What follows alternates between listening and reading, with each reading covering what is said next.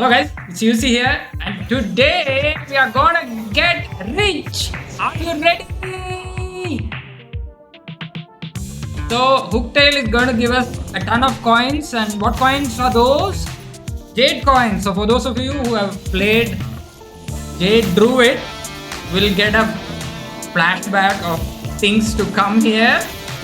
11, 11 to 6 on the board. So 11 plus 10. 21 plus 9, 30 plus 8, 38, right? 38 plus 6,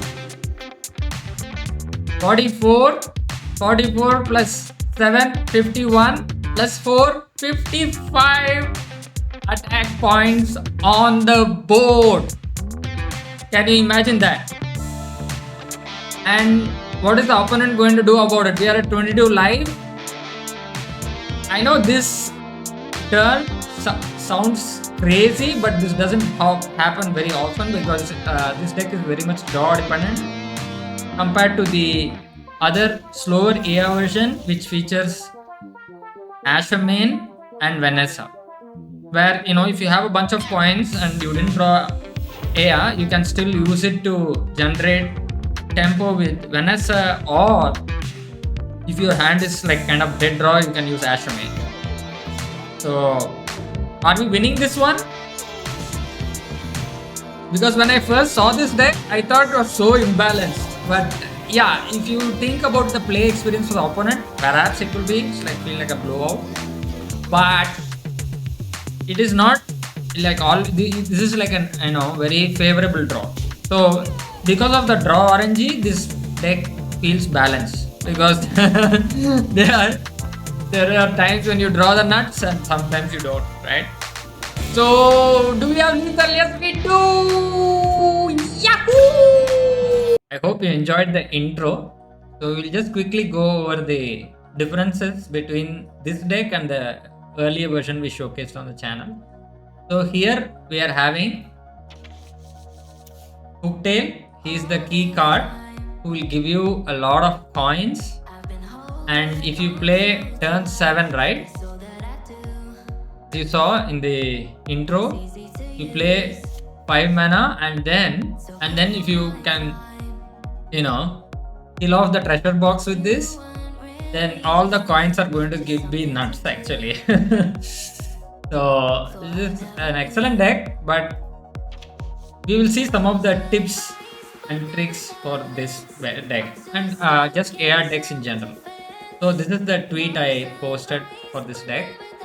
This version features Adm'ral Hooktail and Defias Wannabe. So that's another card that I forgot to show in the deck showcase.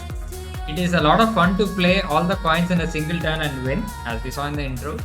However, it does fold when you do not draw AR. So things I learned is Jade versus Kabal Coin. If you are ahead, you can pick the Jade, but if you are behind, pick the Kazakus Coin. This is especially true in the mirror matches. Then Defias Wannabe. Prepare on the right turn and tempo this into a 10-10 as early as turn 4 and win the game if they cannot answer it. It won me an unwinnable game against a hunter this way. Yeah, it was like, aggro hunter. I think they did not read the patch note probably and they were still playing Tollwear. But anyway, still, a win is a win. Then Jade Coin Strategy, keep your life total high in the mid game with trump value trades to out tempo the opponent late game. So definitely, because you don't want to get a little confident go pace. I did that mistake with the Dragon Warrior. Next, Kabal Coin. If the opponent is on low life, Kazakus Potion can help you secure the lethal. So this we showcased in the earlier video. Then Grimy Coin, outside of fringe situations which I have not encountered, this pick is not a winning line. Personally, I have not come across a situation where I pick this over the other two. Hard mulligan, I would hard mulligan every card until I get this card in my opening hand. This is especially for this deck. So have you played this deck? Have you had any experience playing it? If you have any other tips, please feel free to share in the comment section. And if you like the video, please like, share and subscribe. Now we will see a complete gameplay video. Thank you so much for watching. Have a wonderful day. So, you know, when I just want to reiterate, like, this deck might look very unbalanced, but it is not. It is, I would say, it is balanced because of the drawing potential, but in terms of like when an opponent looks at this board and they cannot answer it, then yeah, at that point, yeah, from the player experience perspective, it might look like a little unfun. I agree with that though. And I do not want to tell anything about the nerfs because it is too early. This is just breathing life into this deck right now. The community is breathing life into this deck. The highs are very high, the lows are very low for this deck. This is how it has been for Rogue this entire year, right? Or at least, like, I don't know, recently it has been that way. Jade Guardians into Monkey, or this one, you know. But it's Rogue things, right? So I would not personally think about nerfing at all right now. Just play the deck, have a lot of fun. Or see, if you don't like the deck, understandable, you can see the ways to counter this deck. There are a lot of decks that counter this. So you just have to put early game pressure on them so they can't set up AR properly, right? So there is that. Then there is Egg DK. Egg DK with Pyro Poison, right? It wins the game. If you can perfectly time Pyro Poison, this deck cannot win. If you have chosen Jade, by the way, and you have to choose, right? In the beginning, the Egg deck will be quite slow. So all your plays can be countered by an intelligent player if it is if they are playing Egg DK. And if your draw is even a little slow, the aggro decks or like heavy tempo decks like Dragon Warrior, they can run away with the game. So we have done the first few turns, the Rogue things and the Mug Shaman things. Now we are power spiking on turn 4, playing Air, and we pick Jade Coins. Let's go. Now it's a lot of fun to play. I can assure you that. The highs are highs, the lows are lows. So we are already at a 3-3 Jade Golem. For those of you who have played, Jade Rogue, Jade Druid and all in the past, the large and larger men, this board will sound familiar. Only thing is that Jade have a different artwork now, right? They don't have the same artwork as they had earlier.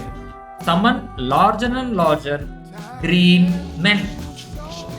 Sounds good, right? This is brutal actually. I thought I almost lost this well. Like, I thought I didn't even have a chance, to be honest. So time will tell though whether we can again rebuild a board. I hope we do, because we need a lot of coins to win. We do have 2 bookies in hand. So we have the Bolt, right? The Bolt, if they play their 7 mana 7/7 lifesteal fell into a minion, right? The Elemental, we can definitely shoot that with this and then probably clear with the whip, right? But that sneaky spell damage minion is very brutal, especially for Mug Shaman, right? It's really good against us. And as we predicted now, they just played that. Or did I predict? No, I didn't actually. So now you can just bolt that probably. We are taking quite a bit of damage here. But first let us draw and see what we get. And we draw Hooktail. Here we go. But still the 3/3 12 damage minion remains. Kind of rough a little, I would say, because they are very close to dying here. Because Mug Shaman is very famous for bringing you down from 10 to 0, 8 to 0 very easily, right? They will do 4 plus 4, then plus the 0 mana damage card. They are very good at that. And they have spell damage on top, so it's not 4 plus 4, it's rather 5 plus 5. But they don't have the mana. They do, right? It's a 3 mana spell, right? 3. And they don't need 3 mana, right? One of the spells is 3 mana, the other one becomes a minion, so it becomes 1 mana. So if they have lethal, they really have lethal, right? But of course, once it becomes a minion, the spell damage doesn't apply, I guess.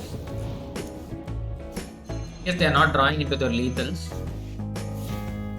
Static shock. Yeah, that's what I was referring to, right?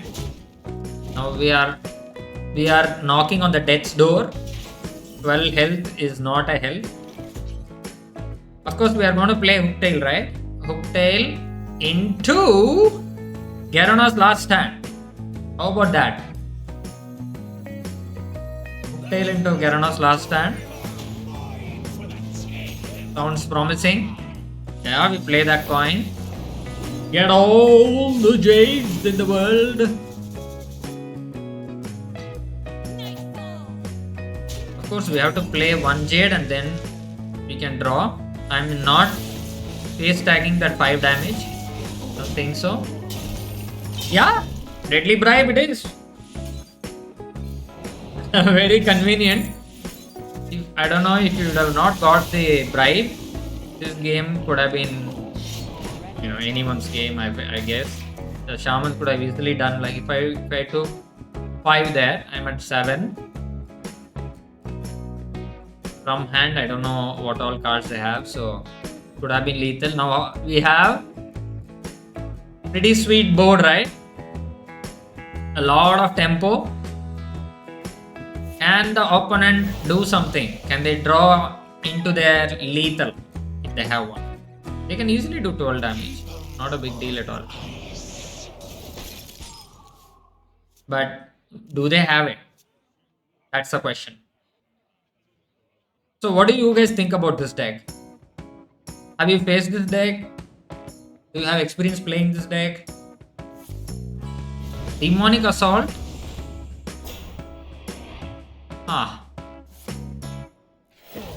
There is 2/1/3 taunts on the way and he's hexing the biggest boy there.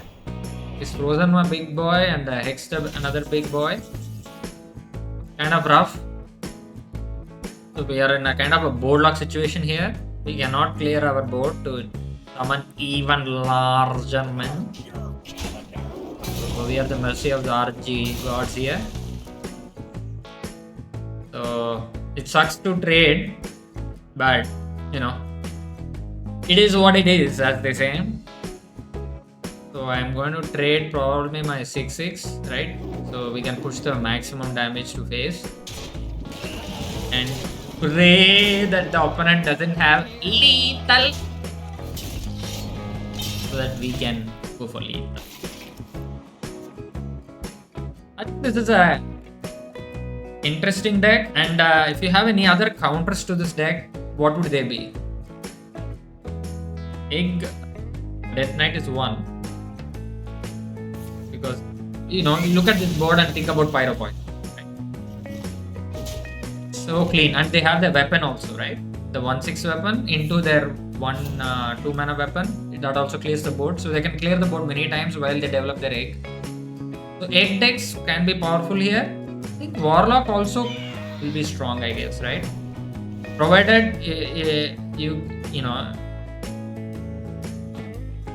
because you will be able to do this bigger jades when you are close to their 8 mana removal, right? Annihilation. So in the early game, they can just Hellfire and clear a board. So if you enjoyed the video, please like, share and subscribe. If you want more Hearthstone videos, you have the playlist on the top. If not, you have the YouTube recommendation on that side. So hopefully it'll recommend the right video that you will love. Thank you so much for watching. Have a wonderful weekend.